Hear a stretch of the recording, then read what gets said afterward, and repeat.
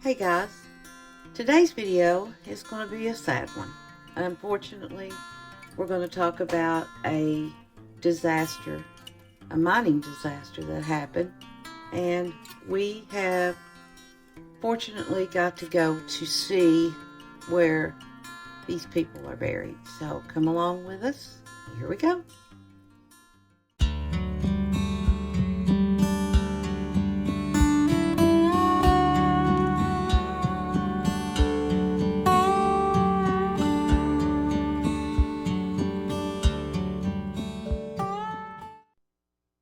Hey again, everyone. Welcome to Appalachian Cemetery Hunting.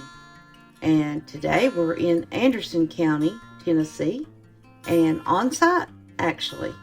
We got out a little bit, and such a beautiful warm day. We thought we'd take a little trip down the road and see what we could find. But unfortunately, we have come across a tragic event that took place over a century ago.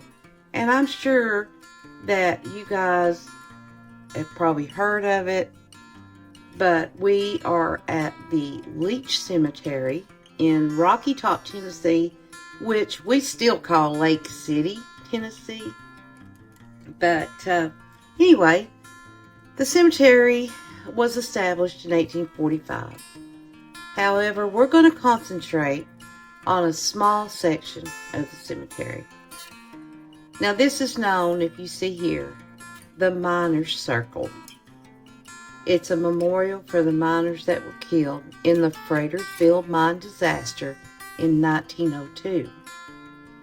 And we have an aerial shot of the memorial, and you can see in the lower left corner of the photo here. The plaque is based on a huge obelisk you saw before. This site is actually on the National Register of Historical Places. And if you look at the map, it's just off the Interstate 75, southeast of downtown Rocky Top. It's not very far off the interstate at all. And you'll notice we have Fraterville, where the disaster took place, circled in red, and it's in the lower left-hand corner of the map. Now, a little history about this tragic event. The disaster happened on May the 19th of 1902.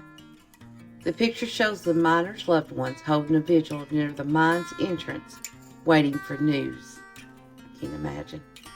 Officially, 216 miners died due to an explosion inside the mine, and that it was probably a result of a buildup of methane gas, was highly dangerous.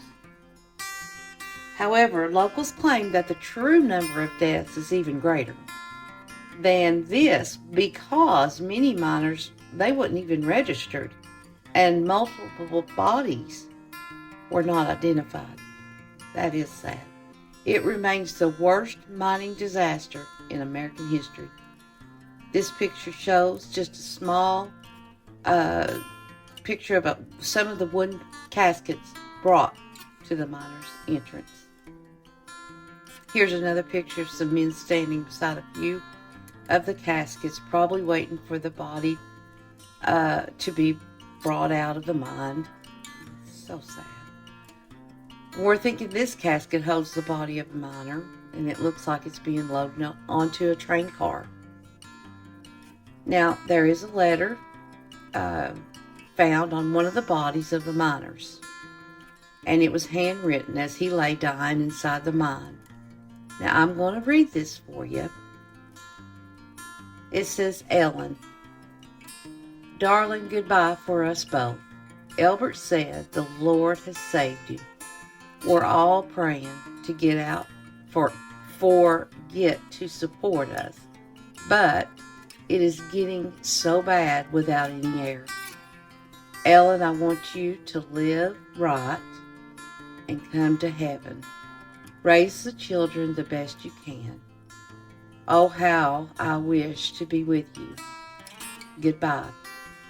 Bury me and Albert in the same grave by little Eddie.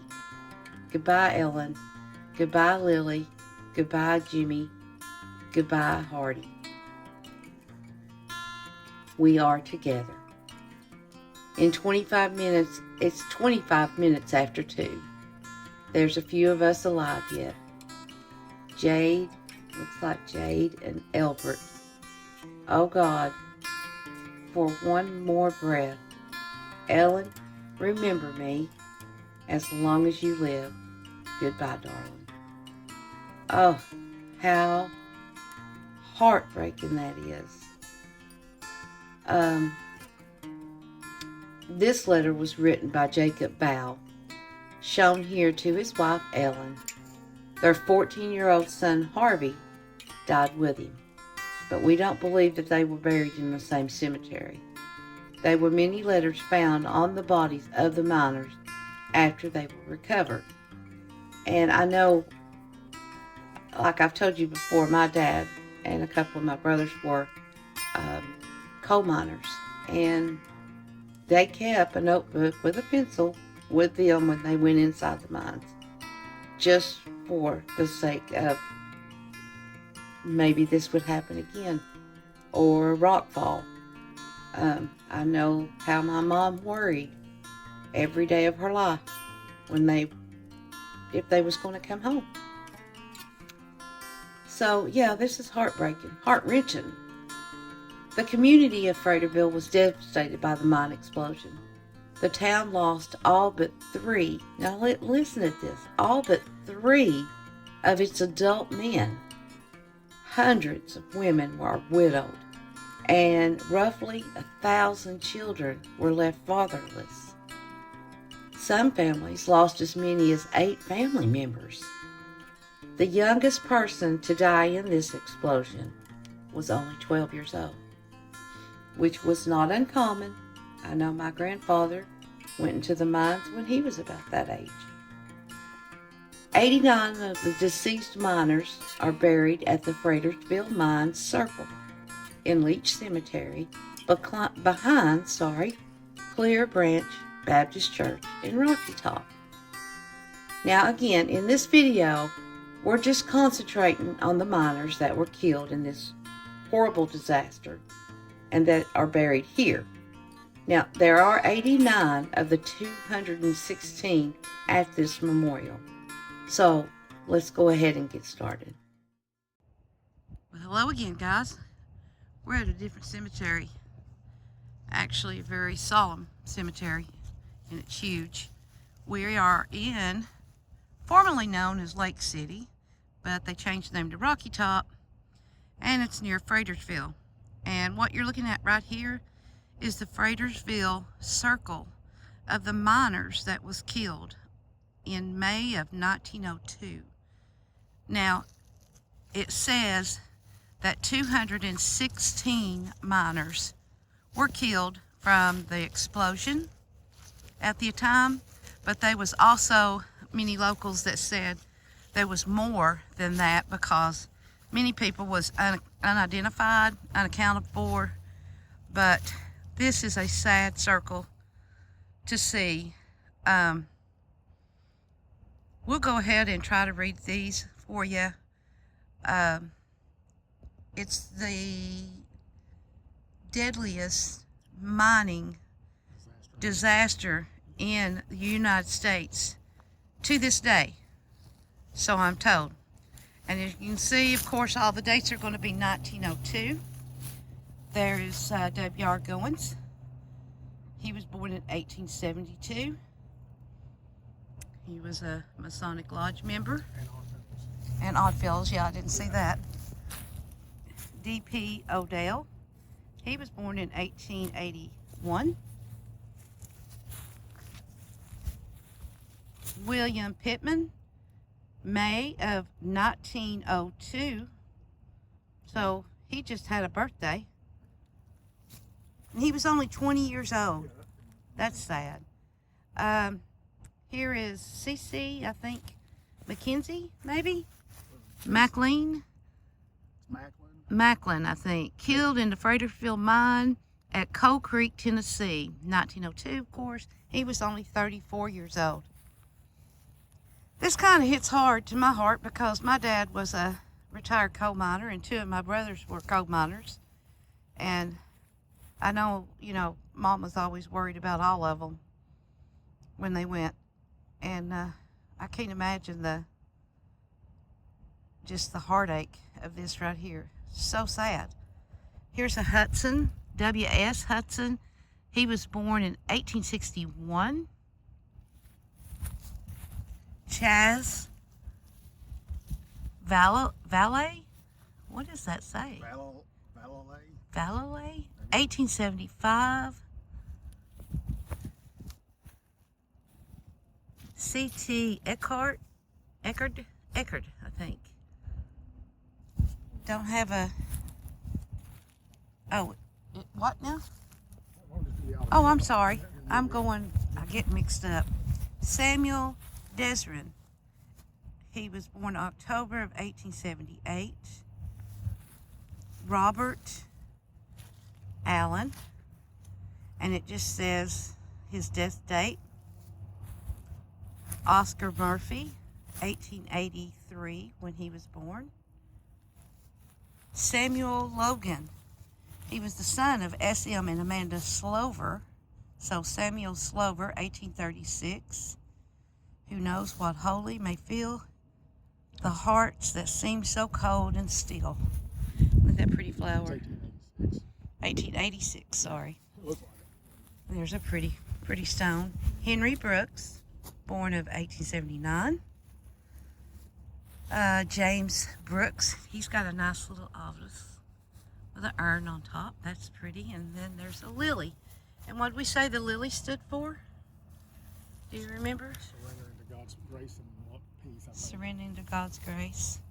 And then he was, Oddfellows guy. James A. Brooks, 1876. J.A. Wallace Jr., 1868. B. McGee, 1870. He's got a nice thing. And this is the compass, but what's the other thing? I know it's the Masonic Lodge. I don't know what the shield is. The shield, I'm not sure. And then there's another lily. We got the United Mine Workers of America. Shaking hands. Hillary Pittman, 1877. And that's what my dad was. He was a union man. United Mine Workers. Forrest Smith. William Brimmer, 1880. Nice little obvious. And you can tell that he's got a little flower right there. We have James Hightower, 1882. Here's another UMWA. Henry Whitten, 1890. Do the math on that one. He was 12 years old. 12 years old. That's right, because Back then they had letters wrote. Remember? Yeah. A man and his son. We are going to add that to our video, of course. Here's James Whitten. I guess this is his dad, 1855. William Murray, 1860. It's a beautiful cemetery, by the way. George, I can't read that. Desarn or something, 1886. Yeah. That one's really weathered. JC, no. Okay, this is not part of them. Infant. Okay, this is an infant daughter. Okay, so this is not part of them. Here is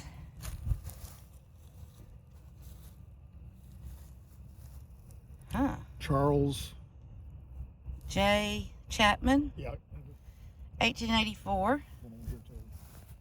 And of course this must be his wife Sally. There's no death date on her. They've got a really nice office. Oh. So they made this a family stone. Oh no. So George and John died. John Chapman, 1860. So another Must have been brothers. brothers or father and son, maybe? I don't know. I have to do the math. I can't do math in my head. Sorry. Here's a, Is that BS or RS? it looks like R.S.W. Brooks, 1853. And here is Noah Daughtery, 1868. Thomas Luttrell. There's no birth date on him. Another Thomas Luttrell, 1880. John C. Wallace, 1885. He's got a nice little obelisk. And look at this one. There's a crown with a cross. That's pretty. I think this is Chaz, maybe Charles Wallace, 1874. And that says UMWA, United Mine Markers of America. A.H. Aldred, 1877. Little urn. And then R of W.S. died in the Fraterville mine explosion. W.M.A. Aldred, 1879. Another UMWA. Now this must be a coat of arms. It looks like it. That looks like a coat of arms to me, guys. I don't know. We're still going. E.H. Allred, 1881. I bet that RWS has something to do with the mines. Could be. Yeah. James D. Strickland, no birth date. James M. Leach, no birth date. C.V. Vandegrift, 1855.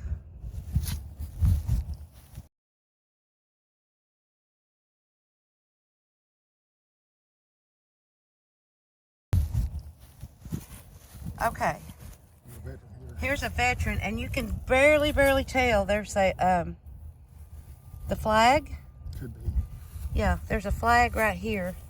If you can see it, you might can see it better on the video.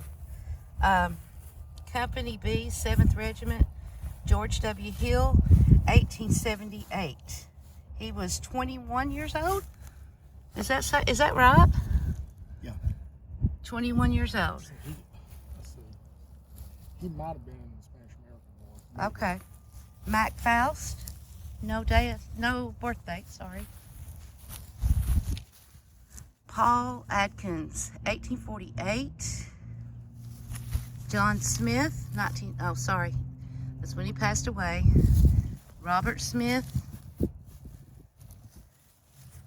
William, oh my goodness, I don't know that name. He was born 1879. Wallace. Huh? Wallace, okay. William Wallace. Braveheart. Braveheart guy, okay. John White, 1869. Nicholas Massengill, 1869. John Weber, 1878. Rufus Weber, 1875. Going down here, a nice little obvious. Look how blue that sky is today, guys. Huh, glad to see it. It says Tommy. He was the son of Thomas and Jane Davis, and he was born in 1883. Ernest Wilson, 1875. That's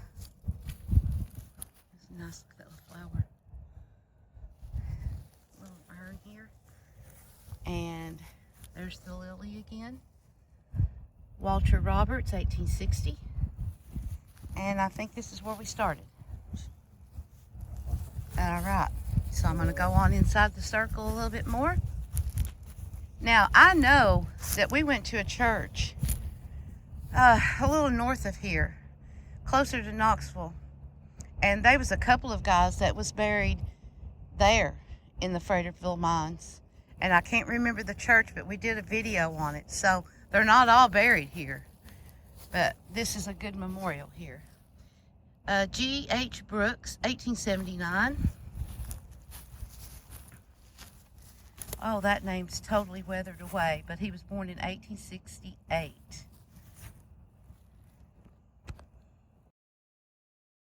Then we got John Dezern. No, he was only 30 years old. I hope I said that name right. It's hard to read. I like to see them clean, but some of them is just like, oh my goodness. I think it's the same last name. Dezarn. Can't see, it's 1880 something. It's broke. Okay, here we go. Dezarn. David Dezarn. 1878. Samuel Disney. Is that right? I think so. 1861.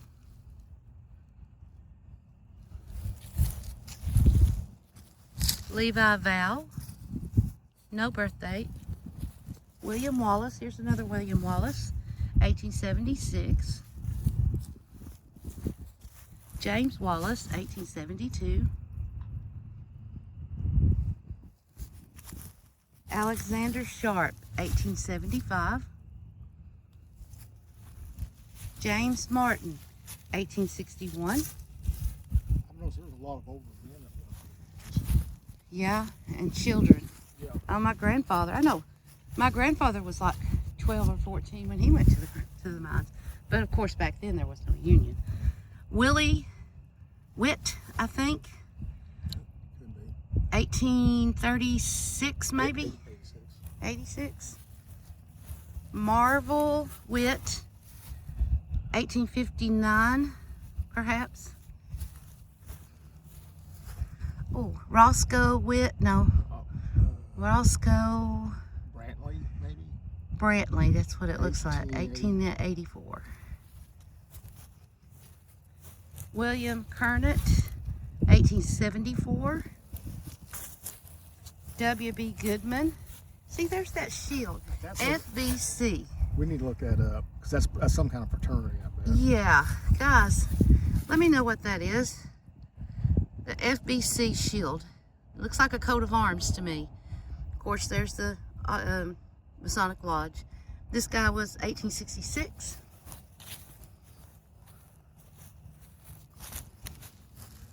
Bannister Val, not, no birthday. Levi McLean, 1866 is when he was born. Alfonso Hensley, 1882. Says, lay, my boy, and take your rest. God called you away, and he knows best. Charlie Adkins, 1893. No. 1883. W.M.H. Val, no birthday. We got a big one here. Big tall one here. Got an anchor. Beautiful little flower. And this is James E. Line art, 1881. Beautiful stone. Did you get it? We started here? Yeah. Okay, now, Look where the shovel pick. yeah. Here is the office memorial that they have erected. And I guess these are the people who, in remembrance of the 184 men and boys who lost their lives. Look at the pick and shovel with the coal underneath it. And this is all the names. For the sake of time, I'm not going to go through it. But like I said, they said there was a lot more people. I know for a fact there was people buried in other places than here. This could be everybody that was killed. This could be, or people that, that like they said, they didn't know that they couldn't identify some of the people, and maybe they wasn't checked in. So it says right here, names of colored men.